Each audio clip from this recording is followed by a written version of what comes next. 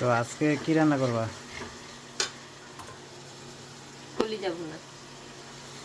তো বর্ষা স্পেশাল। অনেকদিন থেকে কলিজা ভুনা খাইতে চাইছিল, তো আজকে কলিজা আনিয়ে দিয়েছি। অনেকদিন থেকে কলিজা খাইতে চাইছিল।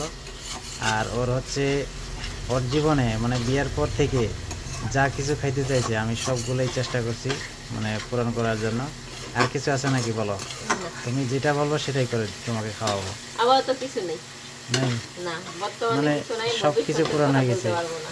প্রতিটা মানুষের তো খাওয়ার ইচ্ছা থাকে, বলো। যখন যেটা খাওয়ার ইচ্ছা যে আলহামদুলিল্লাহ তখন সেটা আমাকে আনি খাওয়াইতো। এতে অনেক শুক্রিয়া, অনেক অনেক অনেক শুক্রিয়া।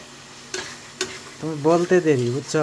হুম, তোমার তোমার যদি কিছু খাইতে ইচ্ছা হয়, মানে আমি যদি বাইরেও থাকি তখন যদি তোমার কোনো কিছু খাইতে ইচ্ছা হয়, আমি দূরে থেকে বুঝতে পারি যে তোমার এটা খাইতে মন চাইছে। হুম।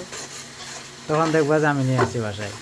হয়েছে মানে এমনও মানে ঘটনা ঘটছে যেটা যে ও যদি কোনো কাজের ক্ষেত্রে বাইরে যায়, আমি যদি বাসায় থাকি, আমি যদি বাসায়, আমরা কিন্তু মানুষ, মেয়ে মানুষগুলো বাসায় এমনিতে সবসময় থাকি, অল টাইম বাসায় বসে থাকি, শুয়ে থাকি। যদি বাসায় বসে থাকি হঠাৎ করে না আমাদের কোনো কিছু খাওয়ার ইচ্ছা হয়, আমি মনে মনে ভাবতেছি আজকে যদি এটা খাইতাম, বা আজকে যদি এটা বানাইতাম, বা এটা যদি বানায় খাইতে পারতাম।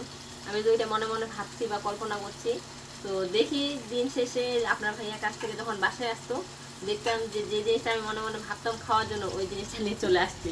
কিন্তু জানি না কেন এইভাবে মিল আমাদের। কিন্তু আলহামদুলিল্লাহ তাতে আমি অনেক শুক্রিয়া, আল্লাহর কাছে অনেক অনেক শুক্রিয়া যে এই মিলটা থাকার জন্য। আর আমি চাই যে এই মিলটা যেন প্রত্যেকটা ঘরে ঘরে, প্রত্যেকটা সংসারে, প্রত্যেকটা মিল থাকে।